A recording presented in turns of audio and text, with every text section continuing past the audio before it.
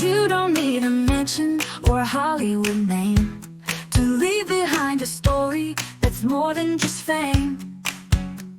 From small town dreams to a walk of stars, the love you leave is who you are. You don't need a yacht or a Grammy to need a will, just a family or a cat plotting world domination. Welcome to Celebrity Estate Chaos, where we prove a lot of things, like how estate chaos isn't just for millionaires with private islands, it's for anyone with stuff, relatives, or that one weird collection you think nobody's fighting over. And chances are, they will. Coming up next, from fish tanks that hack casinos, to crypto wallets gone poof, to emergency go bags packed by your cat, our episodes cover it all.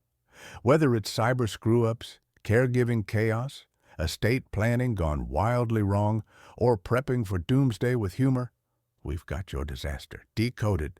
So stay tuned, smash that like, subscribe, and join us for more stories that are hilarious, helpful, and just a little too real.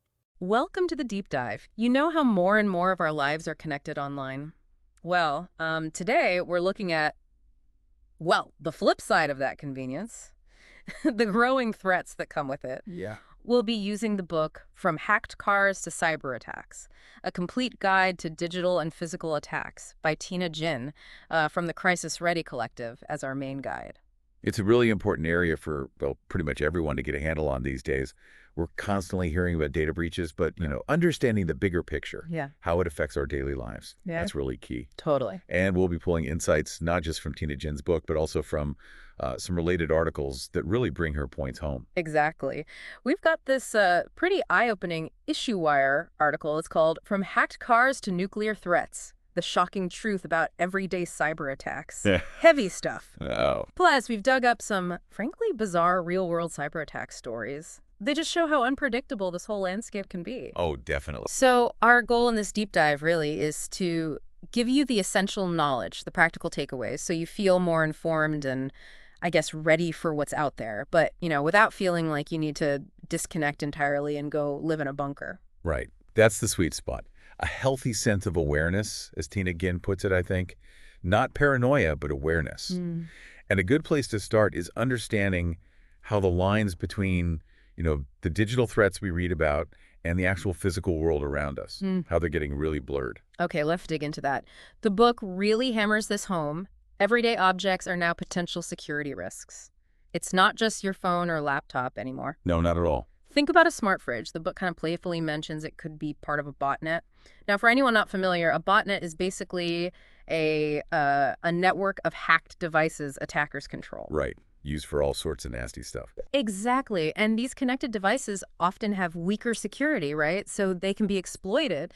And what about self-driving cars? The idea that hackers could potentially disable the brakes or even just take control of the car, that's genuinely scary. It is. And what's fascinating here is how that IssueWire article backs this up with some really striking numbers. Oh, yeah. Over 2.3 billion personal records exposed in data breaches just in 2023. That gives you a sense of the sheer scale. A billion, wow. And that 45% jump in car hacking incidents year over year, that's not just theory, it's happening more often. Right. Plus, they point out that roughly 1 in 4 smart home devices has known security vulnerabilities.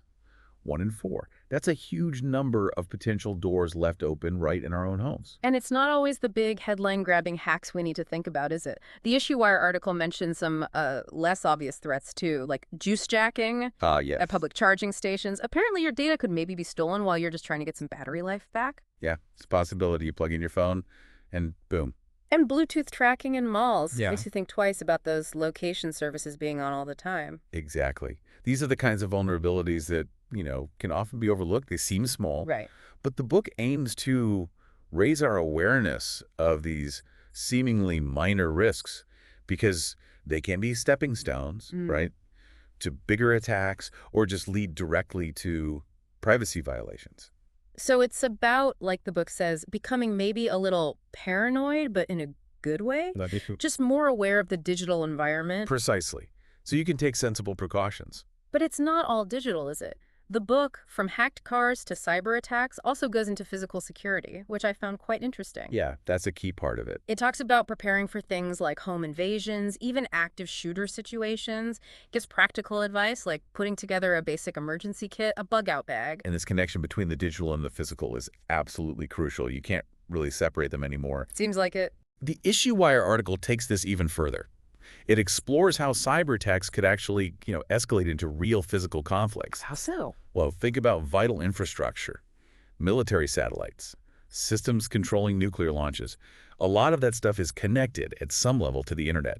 The article mentions scenarios where malware could potentially blind satellites or even misdirect missiles. Good grief. Which leads to this really sobering statistic from the IssueWire article about the incredibly short time frame, just 7 to 15 minutes, between detecting a nuclear launch and, well, impact. Yeah, that really puts things in perspective. It absolutely highlights the need for preparedness on, like, multiple levels. It's definitely not just about having a strong password for your email anymore. Not even close. It really does underscore how interconnected these threats are. A weakness in a digital system could have just devastating physical consequences on a massive scale. Right. Which is why a comprehensive approach to security, covering both cyber and physical, is just so vital now. Okay, now, to bring in a bit of the unexpected, maybe even slightly weird side the book touches on, let's talk about some of these truly bizarre real-world cyber attack stories we found. These are from some other info we gathered. Oh, these are great. They really show that the reality of cyber attacks can be much, much stranger and more unpredictable than you might imagine. Definitely. First up, Operation Cupcake.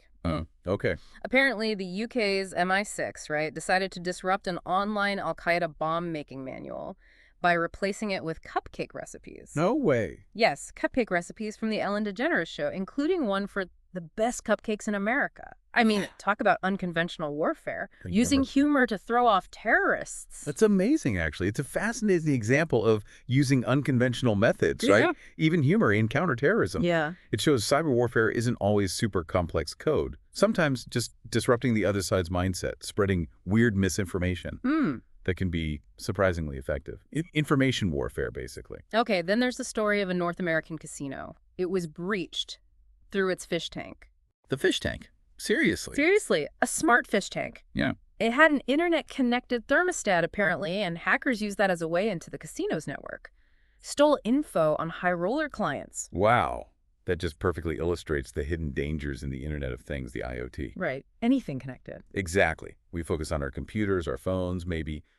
But as more everyday stuff gets connected, thermostats, fridges, fish tanks, each one is a potential entry point. Scary. That fish tank thermostat, something most people wouldn't even think about as a security risk, gave them a path right into a sensitive network.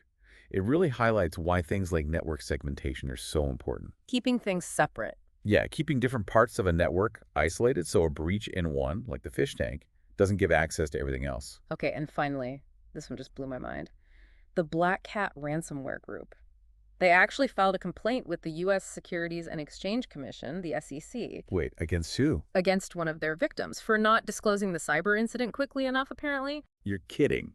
A ransomware group complaining to the SEC. I had to read it twice. The sheer audacity. That just underscores the incredibly complex and sometimes, almost absurd nature of the cybersecurity world and the people involved. For criminals to try and leverage regulations like that, it's truly bizarre. Yeah. Shows the weird dynamic between attackers and defenders. Wild. So, okay, beyond these crazy stories, what are some of the practical things we can actually take away from the book and the IssueWire article? It's not enough just to be, aware of these threats. We need to know what we can do. Absolutely. And both sources really stress taking proactive steps. It's not about being helpless. Right. The book specifically talks about providing practical tips, checklists, things like that, for putting security measures in place, which is so important because just knowing isn't enough. You need actionable advice. Makes sense. And the IssueWire article reinforces this. It recommends developing cyber-resilient habits, those everyday practices that can significantly lower your risk. Okay, like what sort of things? Using strong, unique passwords for different accounts, I assume. Being really careful about clicking links in emails or opening attachments you weren't expecting. Definitely those. Basic cyber hygiene, really. And keeping software up to date.